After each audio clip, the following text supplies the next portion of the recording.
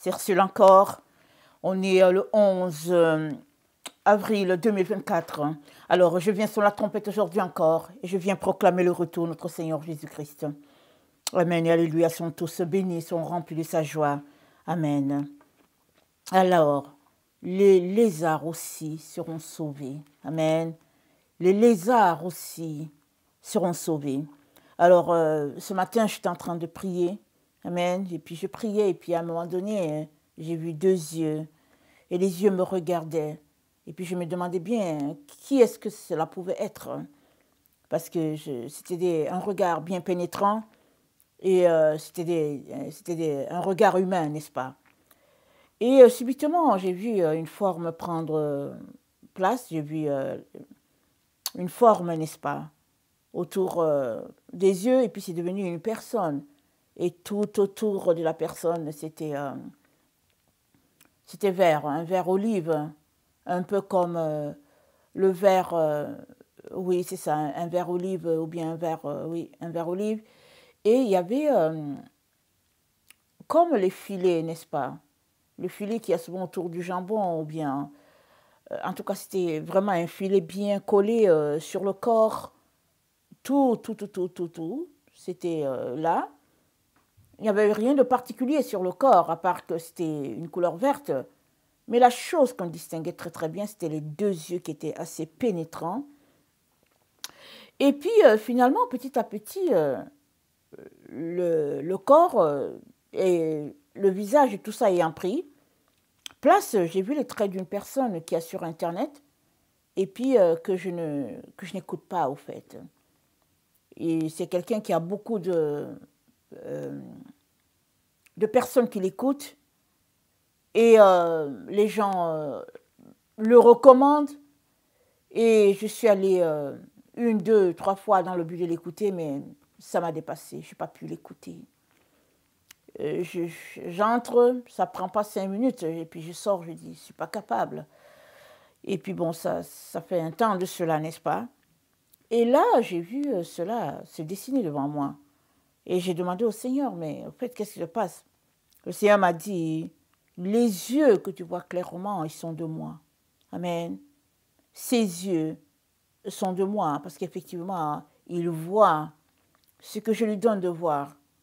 Mais tout le reste est recouvert de ce corps de lézard parce que tout le reste a besoin d'être dépouillé. Et c'est comme ça qu'il m'a dit que les lézards aussi seront sauvés. Parce qu'en tant qu'enfant de Dieu, souvent on pense que il n'y a que ceux-là qui sont purs et saints qui vont voir la face du Père. De toutes les manières, Jésus-Christ a dit quoi? Il a dit ce sont les malades qui ont besoin de médecins. Amen. Les bien portants, ils n'ont pas besoin de médecins. Ceux qui sont malades, ceux qui sont possédés, celui qui a un problème, c'est pourquoi il cherche Jésus. Si tu n'as pas de problème, pourquoi est-ce que tu vas chercher Jésus, n'est-ce pas? Alors, dont je vois ce monsieur-là, qui donne beaucoup de paroles, la parole du Seigneur et tout, mais tout le corps est recouvert, n'est-ce pas, de cette peau-là, qui est un peu la peau de lézard. Et je me suis rappelé qu'il n'y a pas longtemps, alors que j'étais en train, toujours en prière, le Seigneur m'a donné deux visions de lézards. Un lézard était sur un pupitre, c'était un pupitre en bois, et puis un autre lézard, il était comme en hauteur, voilà, comme une personne, et puis c'était debout. Et je ne me rappelle plus de quoi il était question, mais je sais que la deuxième fois que j'avais vu le lézard, c'était un lézard assez vert, un vert assez comme le vert du laissez-passer sur le code de la route. Et aussi, c'était écrit telos, c'est-à-dire que dis-nous en anglais. Et le Seigneur avait dit que les lézards, en fait, ils étaient dans les maisons et ils étaient là, les éléments que l'ennemi a mis dans la maison des enfants de Dieu pour attaquer les enfants de Dieu, pour les déstabiliser. Et telos, c'est une société de téléphone, de téléphonie, et dont ce n'est pas seulement les enfants de Dieu qui ont dans leur maison des lézards électroniques, mais c'est presque toute la terre qui a à la maison des lézards. Alors, ces soi-disant lézards électroniques sont là pour dévoiler ce qui se passe dans les maisons. Parce que pourquoi l'ennemi fait ça? Il fait ça pour découvrir ce qui se passe dans la maison des gens, par curiosité, et puis par toutes sortes de stratégies mises en place afin de perturber, n'est-ce pas, la quiétude de l'être humain. Et dans Proverbe 30, verset 24, c'est dit, il y a sur la terre 4 animaux petits et cependant des plus sages. Les fourmis, peuple sans force, préparent en été leur nourriture. Les damans, peuple sans puissance, placent leur demeure dans les rochers. Les sauterelles n'ont point de roi, elles sortent toutes par division, et le lézard saisit avec les mains et se trouve dans les palais des rois. Donc le lézard se trouve dans les palais des rois, dans la vraie vie. Alors ici en Occident, c'est quand même peut-être un peu compliqué, mais en Afrique, c'est fréquent. C'est fréquent d'être là et puis de voir que, tiens, il y a un lézard qui a réussi à entrer. Tu te dis, mais comment il a fait pour entrer ici au salon? Et puis quelque chose comme ça. Et puis tu le fais sortir. Et puis quand c'est un peu du côté de la campagne, pendant que tu es là, dans ton lieu de repos, le lézard aussi est là. Il réussit à entrer. On ne sait pas tellement comment il réussit à entrer, le lézard. Et généralement, dès qu'on les voit, on les saisit pour les mettre dehors, n'est-ce pas? Parce qu'ils sont dérangeants et puis souvent, ils peuvent faire peur. Et puis très souvent, ils sont pas méchants. Je veux dire, le lézard, c'est difficile qu'il vienne sauter sur toi, à moins qu'il y ait quelque chose de particulier. Sinon, lui, il est peut-être là en train de chercher à se reposer quelque part ou bien à chercher de quoi manger peut-être. Et tout cela. Et le Seigneur, dans ma deuxième vision concernant les lézards, dont il disait que les lézards sont dans les maisons des gens, et c'est les lézards électroniques, et puis ce sont les cellulaires, l'électronique et tout ce qui est là, pour divulguer un peu ce qui se passe dans les maisons. Et nous savons tous que les gens, il y a des maisons où c'est à l'écoute, et puis toutes sortes de situations un peu, pour les gens veulent savoir ce qui se passe quelque part. Et en temps normal, un vrai lézard, on le prend, on le jette dehors. Allez, bye. N'est-ce pas? Mais qu'est-ce qui se passe d'autre temps? Les gens, ils ne jettent pas leur lézard électronique. Ils gardent leur cellulaire.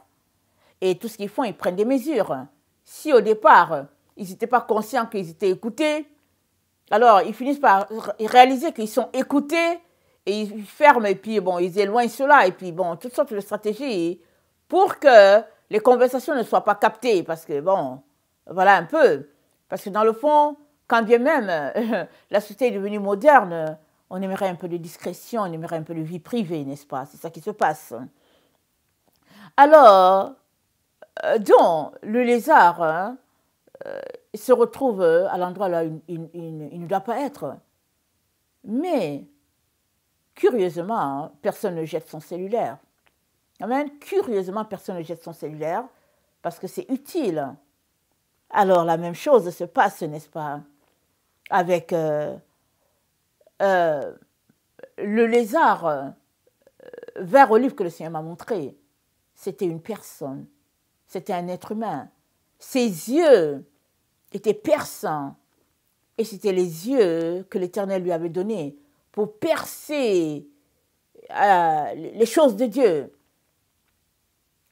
Et cependant, tout son corps était recouvert de la peau du lézard, de ce vêtement-là, parce que la peau du lézard, c'est pas comme la peau du poisson, mais les écailles sont un peu plus petits, surtout quand le lézard perd sa peau, parce que le lézard, il se renouvelle, n'est-ce pas? Sa peau, il perd sa peau et il revêt une nouvelle peau. Et souvent, tu peux voir ça, surtout si ça s'est passé dans ta maison, tu vas voir que tiens, le lézard, il a changé sa peau et puis bon, il a pris une nouvelle peau. Un peu comme la peau de certains serpents. C'est comme ça que le lézard, à peu près, se comporte en ce qui concerne le fait de changer la peau. Amen. Alors, ce qui se passe, donc, c'est que si on ne jette pas nos cellulaires, pourquoi pensons-nous que les êtres humains qui ont les peaux de lézard méritent d'être jetés? Pourquoi pensons-nous à cela? Nous pensons à cela parce que nous nous disons que ils ont un autre ADN, n'est-ce pas? C'est pour ça que nous pensons à cela. Parce que par le passé, ce n'est pas des choses qui ont été entendues. Mais l'être humain a fait tellement des inventions au niveau des laboratoires que finalement, il y a beaucoup des erreurs qui sont glissées. Et puis, les êtres humains se retrouvent à traîner sur eux certains ADN non nécessaires. Et souvent, les gens se retrouvent dans toutes sortes de maladies et de malaises. Et si bien que on ne sait pas trop bien comment souvent sortir de là. Et le Seigneur de dire que même les lézards, qui sont sous forme humaine là, que si dans la vraie vie tu voyais un être humain devant toi avec la peau, c'est-à-dire exactement un lézard, tu serais traumatisé. Le Seigneur dit, eux aussi, ils seront sauvés. Parce que Jésus-Christ est venu pour que nous puissions nous dépouiller de la mauvaise chair et revêtir la bonne. Et la mauvaise chair, c'est tout le reste. Et la bonne, c'est Jésus. Il y a une seule bonne chair. C'est la peau de Christ. C'est le vêtement de Christ. C'est la seule bonne chair. Tout le reste, c'est quelque chose dont nous devons nous dépouiller. Alors, quand le Seigneur présente le lézard, qu'est-ce qui se cache derrière le lézard? On ne sait pas forcément c'est quoi. Dans Ésaïe 59, le verset 6, voilà ce qui est dit. Ésaïe 59, le verset 6, c'est dit, « Leurs toiles ne servent point à faire un vêtement. Ils ne peuvent se couvrir de leur ouvrage. Leurs œuvres sont des œuvres d'iniquité. Et les actes de violence sont dans leurs mains. Leurs pieds courent au mal et ont hâte de répandre le sang innocent. Leurs pensées sont des pensées d'iniquité. Le ravage et la ruine sont sur leur route. Ils ne connaissent pas le chemin de la paix, et il n'y a point de justice dans leur voie. Ils prennent des sentiers détournés. Quiconque y marche ne connaît point la paix. » Donc, leurs pensées sont des pensées d'iniquité.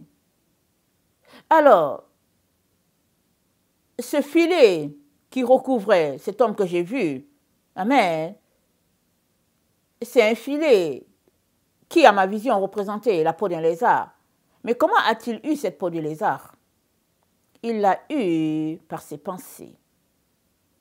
Parce que on se revêt de nos vêtements. Amen. Et ton vêtement, tu l'as comment? Comment as-tu ton vêtement? Allons-y, regardez dans Proverbe. Excusez-moi. Proverbe 24, 3 à 4. Voilà ce que ça dit. Ça dit, c'est par la sagesse qu'une maison s'élève et par l'intelligence qu'elle s'affermit. C'est par la science que les chambres se remplissent de tous les biens précieux et agréables. Et dans Proverbe 18,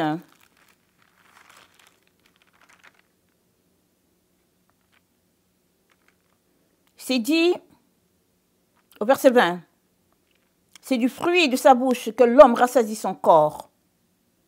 C'est du produit de ses lèvres qu'il se rassasie. La mort et la vie sont au pouvoir de la langue. Quiconque l'aime en mangera les fruits. La mort et la vie sont au pouvoir de la langue. Quiconque l'aime en mangera le fruit. C'est du fruit de sa bouche que l'homme rassasie son corps. C'est du produit de ses lèvres qu'il se rassasie. Donc, ce qui sort de notre bouche, c'est ça qui fait qu'on se dépouille pour revêtir Christ, ou bien on revêt le vêtement qu'on ne doit pas revêtir. Alors, donc chacun a sur lui un vêtement. Chacun a sur lui un vêtement. Et puis l'apôtre Paul nous dit dans Éphésiens 4, dans Éphésiens 4, au verset 17, il dit, voici donc ce que je dis, ce que je déclare dans le Seigneur, c'est que vous ne devez plus marcher comme les païens qui marchent selon la vanité de leurs pensées. Ils ont l'intelligence obscurcie, ils sont étrangers à la vie de Dieu à cause de l'ignorance qui est en eux, à cause de l'endurcissement de leur cœur, ayant perdu tout sentiment, ils se sont livrés à la dissolution pour commettre toute espèce d'impureté jointe à la cupidité, mais vous, ce n'est pas ainsi que vous avez appris Christ. Si du moins vous l'avez entendu, et si conformément à la vérité qui est en Jésus, c'est à lui que vous avez appris à être instruit, à vous dépouiller. On est instruit à se dépouiller. Se dépouiller de quoi? Se dépouiller des vêtements du monde. Et ces vêtements, nous les avons par rapport à nos pensées. Par exemple, tu peux avoir sur toi comme vêtement la colère. Tu peux avoir sur toi comme vêtement la jalousie. Tu peux avoir sur toi comme vêtement l'amour de l'argent. Tu peux avoir sur toi comme vêtement l'amour de la télévision, tout ça. C'est tout ça qui fait que c'est le vêtement, le lézard. Amen, c'est tout ça, c'est ça que le Seigneur m'a expliqué. C'est tout ça qui fait que c'est le lézard. Parce que le lézard, c'est un peu l'idéologie de notre temps. C'est comme le temps dans lequel nous sommes, une époque différente de celle, par exemple, du XVIIe, du XVIIIe siècle. Alors, leur idéologie était différente, mais dans notre temps, l'idéologie, elle est liée, n'est-ce pas, à la pensée qui circule. Alors, par exemple, le rêve nord-américain, c'est un rêve qui a atteint toute la Terre. Alors, quand les gens sont dans leur pays, s'il y a un endroit où ils veulent aller aux États-Unis. Et s'ils veulent arriver quelque part, ils veulent arriver à New York. Parce que pour eux, c'est comme le centre de l'affaire, le centre des affaires. Et puis, donc, les gens, ils vivent au rythme de l'Amérique du Nord. Et ce rythme de l'Amérique du Nord, notre Dieu appelle ça le style de Babylone. Donc, le lézard, ça symbolise un peu comme la culture de Babylone. Et souvent, on ne réalise pas jusqu'où, n'est-ce pas, on est infecté par la culture de notre environnement. On ne réalise pas. On aime le Seigneur, on prêche la parole, et puis vraiment tout ce qui sort de notre bouche, c'est mielleux, et puis tout le monde s'identifie, n'est-ce pas, à ce qui est là. Puis bon, c'est une servante de Dieu, c'est un serviteur de Dieu, et tout. Mais il n'y a que Dieu qui peut révéler le vêtement de chacun. Et quand Dieu te révèle le vêtement, par exemple, de quelqu'un, d'un frère, d'une sœur, c'est pour que tu pries pour la personne. Amen. C'est pas pour que tu dises, ok, moi j'ai vu son vêtement, c'est un vêtement de grenouille. Alors, bon voilà, tant pis pour les grenouilles. Mais non. Si Dieu te révèle le vêtement d'un frère, d'une sœur, ça veut dire que les œuvres de cette personne le conduit ou bien la conduit à avoir les attributs, par exemple, d'une grenouille dans le monde spirituel. Et ça veut dire que tu devrais prier pour que la personne prenne conscience qu'elle a besoin de changer son vêtement. Alors, avec Dieu, ce qui est important, ce n'est pas le fait que tu as un vêtement, que tu portes ton vêtement, c'est exemple, comment on appelle ça, une crevette. Voilà, ton vêtement, c'est les crevettes. Alors on te voit, tu as un vêtement, tu as une crevette. Ce n'est pas ça qui est important. Ce qui est important, c'est que tu enlèves ton vêtement pour revêtir Christ. Maintenant, s'il y a quelque chose de particulier avec les crevettes, Dieu va te dire, par exemple, voilà, j'aimerais que tu te concentres à prier sur ces choses-là. Parce que c'est tendance crevette, c'est tendance serpent, c'est tendance lézard, c'est tendance panthère, léopard, gorille, des choses comme ça. Et tout cela, c'est tous ces vêtements-là que, en gros, le Seigneur a appelé le lézard. Parce que on est dans le temps où il y a beaucoup de choses qui ont été mélangées. On ne peut plus dire exactement c'est pur ou bien c'est pas pur, et puis on ne sait pas qu'est-ce qu'on mange, qu'est-ce qu'on ne mange pas. On ne sait pas toutes ces choses-là.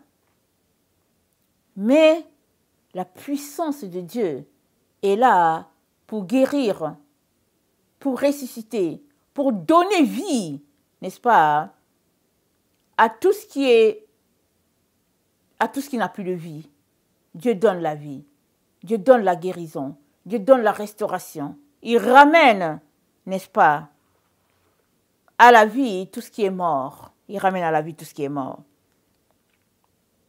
Et souvent on peut dire, bon, ils marchent selon le monde et puis bon, leur vêtement n'est pas le vêtement de Dieu. Mais au fait, plusieurs dedans ne savent pas le vêtement qu'ils portent. D'autres, quand bien même ils savent le vêtement qu'ils portent, ils ne savent pas comment en sortir. Et d'autres encore, ils savent le vêtement qu'ils portent et puis ils ne veulent pas en sortir. Tout cela, tu dois prier pour que chaque être humain parvienne à la rédemption divine. Tu dois prier pour cela. Parce que c'est dit, Éphésiens 4, le verset 19, « Ayant perdu tout sentiment, ils se sont livrés à la dissolution pour commettre toute espèce d'impureté, jointe à la cupidité. Mais vous, ce n'est pas ainsi que vous avez appris Christ. Si du moins vous l'avez entendu, et si conformément à la vérité qui est en Jésus, c'est en lui que vous avez été instruit à vous dépouiller. » Amen. Instruit à se dépouiller. Alors, chaque fois que nous dépouillons, au fait, chaque fois que nous quittons quelque chose de mauvais et que nous faisons ce que Dieu nous dit de faire, on est en train de se dépouiller de quelque chose. On est en train d'enlever un vêtement qui n'est pas bien. Et puis, quand tu enlèves le vêtement qui n'est pas bien, je suppose que c'est le mensonge, tu mets l'autre qui est bien. Le vêtement qui est bien, c'est Jésus. C'est Christ, le vêtement qui est bien. Donc, quand tu te dépouilles, automatiquement, quand tu te dépouilles en tant qu'enfant de Dieu, tu revêts Christ. Amen. Donc, si tu es en train de marcher avec Christ et que tu te mets, par exemple, à écouter quelqu'un qui ne marche pas selon Christ, tu es en train de revêtir encore quelque chose de souillé. Exemple, dans 2 Pierre 2, c'est dit, il y a eu parmi le peuple de faux prophètes. Il y aura de même parmi vous de faux docteurs qui introduiront des sectes pernicieuses et qui, reniant le maître qui les a rachetés, attireront sur eux une ruine soudaine. Plusieurs les suivront dans leur dissolution et la voie de la vérité sera calomniée à cause d'eux. Par cupidité, ils trafiqueront de vous au moyen de paroles trompeuses. Eux que menace depuis longtemps la condamnation dont la ruine ne sommeille point. Par cupidité. Donc, dans 2 Pierre 1, le verset 16, c'est dit, « Ce n'est pas en suivant des fables habilement conçues que nous avons fait connaître la puissance et l'avènement de notre Seigneur Jésus-Christ. Mais c'est comme ayant vu sa majesté. » Les apôtres, ils n'ont pas raconté une fable. Ils n'ont pas raconté des histoires. Mais Il y a des gens qui viennent au nom de Jésus et racontent des histoires. Pendant que tu les écoutes, que tu t'associes à eux, tu es en train de prendre le vêtement qu'ils ont. Et tu revêts ce vêtement-là. Et si ce n'est pas Dieu qui ouvre tes yeux, tu ne sauras pas forcément que tu as un autre vêtement. Tu vas passer ton temps à dire, je suis chrétien, j'aime Jésus, tu vas faire des émissions, mais tu portes un vêtement qui n'est pas le vêtement de Jésus. Et c'est ça que Jésus-Christ me montrait quand il me montrait ce monsieur-là, qui avait des yeux perspicaces pour Dieu, mais son vêtement, ce n'était pas le vêtement de Christ. Mais à son avis, à lui, il avait revêtu Christ. Mais il avait un autre vêtement. Et le Seigneur, pendant que je le regardais, le Seigneur me montrait que c'est la situation de beaucoup d'enfants de Dieu. Ça dit, tu as marché avec le Seigneur, tu as enlevé déjà ton vêtement, tu as revêtu Christ, et puis sans le réaliser, tu as porté un autre vêtement sur toi. Et ces vêtements, ça peut être l'esprit de la culture. Ça peut être, exemple, le modernisme. Ça peut être l'intellectualisme. Ça peut être le fait, par exemple, de faire comme tout le monde. Tout le monde a un sport et puis tu aimerais faire aussi ce sport-là. Tu le fais tout le temps. Pourtant, Jésus-Christ te demande plus de temps. Mais tu ne veux pas enlever ce sport-là. Parce que la culture du moment, c'est le sport. Et tout le monde fait le sport et puis ça fait du bien de dire que oui, moi aussi je fais un sport. Et puis tu dis, et ce sport-là, je ne dis pas que c'est mauvais de faire du sport, hein, je ne dis pas ça. Mais ce sport, ça peut être comme un vêtement sur toi. Un vêtement comme un lézard, une grenouille, des choses comme ça. Et le Seigneur dit, les lézards seront sauvés. Ça dit, il attend que les enfants de Dieu viennent à lui avec tout ce qu'ils ont, que le vêtement soit le vêtement de lézard, de serpent, et puis peu importe, le Seigneur va sauver tous ces gens-là, parce que le Seigneur ne les voit pas à travers le vêtement qu'ils ont sur eux. Il les voit à travers le sang de Jésus-Christ. Et c'est le sang de Jésus-Christ qui nous a sauvés, qui nous a régénérés. Et le Seigneur nous voit en tant que ses enfants à travers ce sang. Et nous devons donc travailler à notre salut avec crainte et tremblement de manière à revêtir Christ, notre vêtement. Et puis, c'est dit, attendez,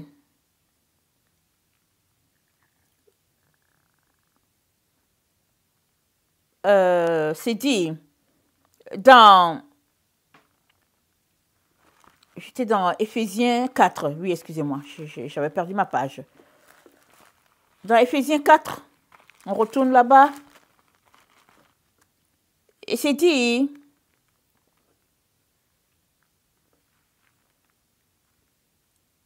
vous avez appris à vous dépouiller eu égard à votre vie passée, du vieil homme qui se corrompt par les convoitises trompeuses. C'est-à-dire, tu t'es déjà dépouillé et tu repenses à la vie que tu avais avant.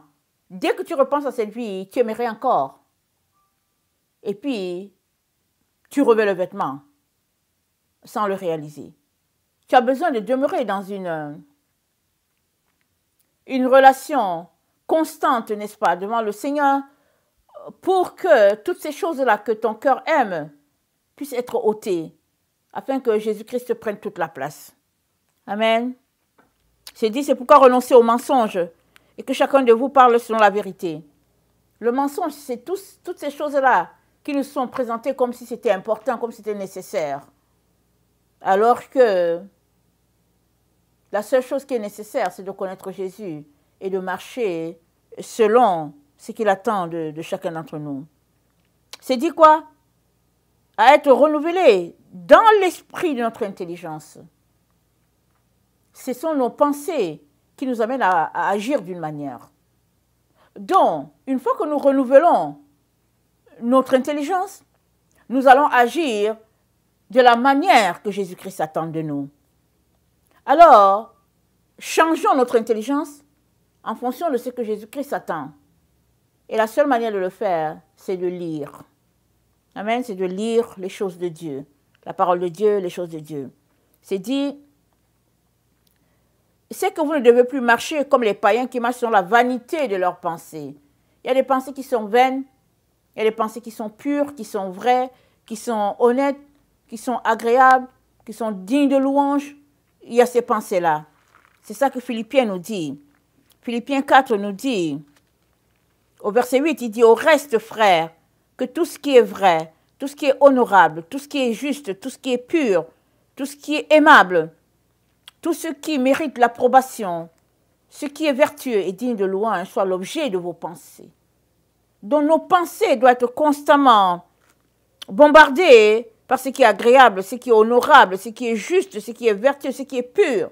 Tout le temps, tout le temps. Mais si tes pensées sont bombardées par la colère, alors il va ressortir de cela quelque chose de colère.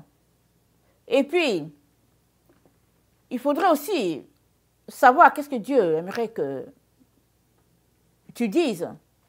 Qu'est-ce que Dieu aimerait pour toi? Où est-ce qu'il te veut? Parce que c'est lui qui alimente tes pensées, n'est-ce pas? Souvent, tu peux décider que tu veux lire le livre de Jean et Dieu va te dire, j'aimerais que tu te concentres sur Jérémie. Pourquoi? Parce qu'il y a quelque chose qu'il veut te communiquer là-bas. Il aimerait que tu ailles lire Jérémie parce qu'il a quelque chose qu'il veut te dire. Mais tu vas pas lui dire, ben moi j'avais déjà commencé Jean, et puis non, Jésus-Christ te dit, va lire Jérémie, vas-y, va lire Jérémie. Il va te dire pourquoi il veut que tu lises Jérémie. Parce qu'il a certainement quelque chose à te dire, ou bien il a un côté de tes pensées qu'il veut renouveler, et donc voilà. Alors,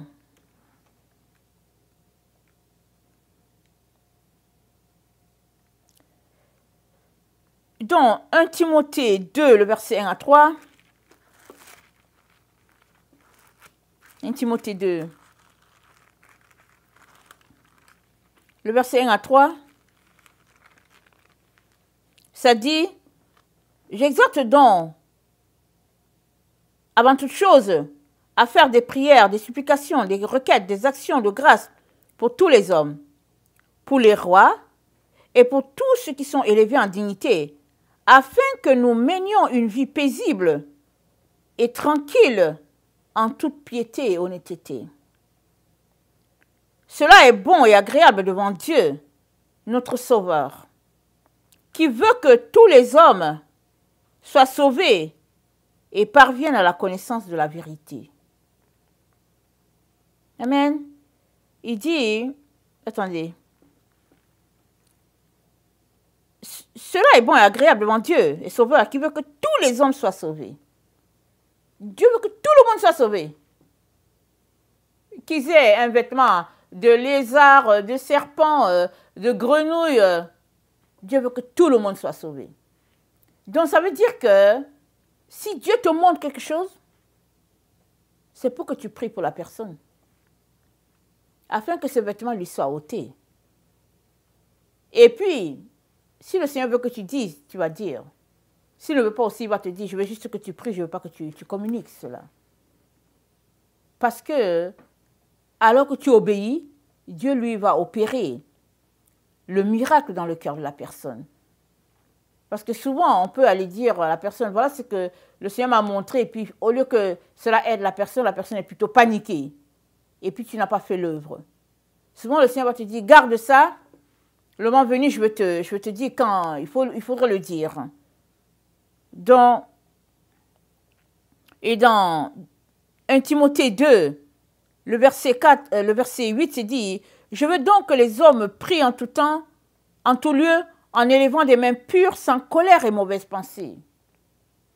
Vous savez, dans le Moyen-Orient, les gens prient, ils mettent la main comme ça. Et Paul dit, en élevant les mains pures, sans colère ni mauvaise pensée. Voilà. Ça veut dire que si tu es en colère, avant de commencer à prier alors que tu es en colère, c'est de prier pour que le Seigneur t'aide à faire passer ta colère. Parce que la colère, ça bloque carrément Dieu. Tu ne l'entends pas. ça bloque Dieu. Tu peux rester en colère pendant longtemps. Tu peux rester en colère pendant longtemps. Jusqu'au jour où tu dis, ok, je vais laisser passer la colère. Ok, Seigneur, pardonne-moi. Et puis, ben voilà. Mais Jésus-Christ a dit quoi? Il a dit, il ne faut pas que le soleil se couche sur ta colère. Parce que tu risques de rater beaucoup de choses que Dieu veut te communiquer. Et puis, on ne sait jamais dans la nuit ce qui se passe. On n'a pas contrôle de la nuit. C'est Dieu qui a contrôle de la nuit. Dans le jour, tu vois bien, tout est clair et tout, mais dans la nuit, tu ne sais pas ce qui se passe. Amen. Alors, c'est dit au verset, nous sommes toujours dans 1 Timothée 2, le verset 5, car il y a un seul Dieu et un seul médiateur entre Dieu et les hommes, Jésus-Christ, homme. Il y a un seul médiateur, Jésus-Christ, homme. Alors, nous sommes donc à ce stade où c'est important de faire attention pour ne pas revêtir le vêtement que tu ne veux pas vêtir. Vous savez, sur Internet, il y a beaucoup de choses qui se passent. Beaucoup. Souvent, on ne le réalise pas. Et on peut facilement prendre des choses sans le vouloir. Tout comme tu es en contact avec une personne, tu prends quelque chose sans le vouloir. Donc, il est important que nous puissions mener une vie de sainteté et de pureté devant Dieu et de nous attendre à lui pour qu'il nous dirige. Dois-tu écouter telle personne ou pas? Est-ce que les gens t'ont dit, ah oui, écoute telle personne, tout est correct. D'accord, mais qu'est-ce que Dieu dit? Souvent Dieu va te dire, je ne veux pas que tu l'écoutes. Les autres vont écouter, mais je ne veux pas que tu écoutes la personne. Alors, tout cela pour dire que le dépouillement, c'est quelque chose de constant, c'est quelque chose de volontaire, c'est quelque chose qui nous rapproche de Dieu. Parce que alors que nous enlevons notre vêtement qui est rattaché à nos désirs, à nos passions, à tout ce qui est de la chair, alors que nous l'enlevons, nous nous positionnons pour revêtir le vêtement qui est Christ. Christ est notre vêtement. Amen.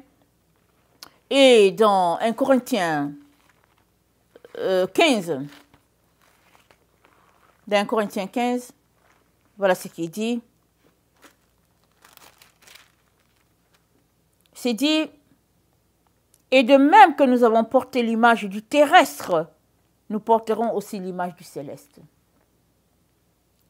Alors, dans ma vision, comme je dis, j'étais en train de prier, le Seigneur me montrait que c'était l'image du terrestre.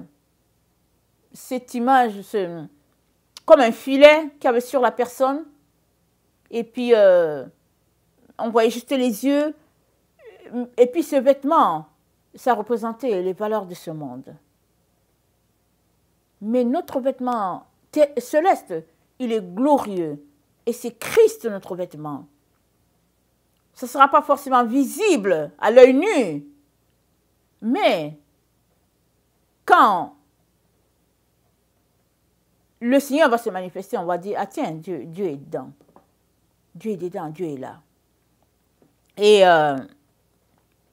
le vêtement terrestre que nous portons, c'est rattaché à la mort, à l'aiguillon qui est la mort. Mais le vêtement céleste, c'est rattaché à la vie. Et Jésus-Christ est la vie. Amen. Alors, comportons-nous, n'est-ce pas, à nous dépouiller de tout ce qui est corruptible, en revêtant ce qui est incorruptible. Et Christ, c'est lui qui est incorruptible. Et seul, si tu passes du temps avec lui, tu vas revêtir l'incorruptibilité. Mais si tu passes le temps à écouter la télévision, la radio et toutes ces affaires-là, tu vas aussi revêtir les choses de ce monde. Et il y a une séparation entre toi et Dieu. Il y a un mur qui se dresse à ce temps-là. Et Dieu ne veut pas cela pour toi. Et alors que tu te dépouilles, Dieu pourra te confier plus. Amen. Pour que tu puisses faire son œuvre et puis avancer avec le plan qu'il a pour toi.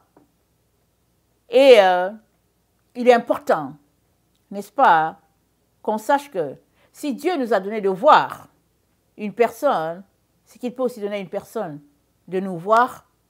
Et le tout, c'est de prier afin que la gloire de Dieu puisse se répandre sur la terre. Parce qu'il y a juste deux peuples sur la terre. Il y a le peuple de Dieu, il y a le peuple qui n'est pas le peuple de Dieu. Alors, si tu es l'enfant de Dieu et que tu obéis à tout ce que Jésus-Christ te dit, alors tu as la responsabilité de prier pour tout le monde. Les autorités, les gens qui sont chrétiens, ceux qui ne le sont pas. Tu as la responsabilité de prier pour tout le monde, afin que la gloire de Dieu puisse se répandre sur la terre. Que le Seigneur bénisse sa parole. Maranatha, Jésus revient. Amen. Et alléluia, sont tous bénis. Amen et amen.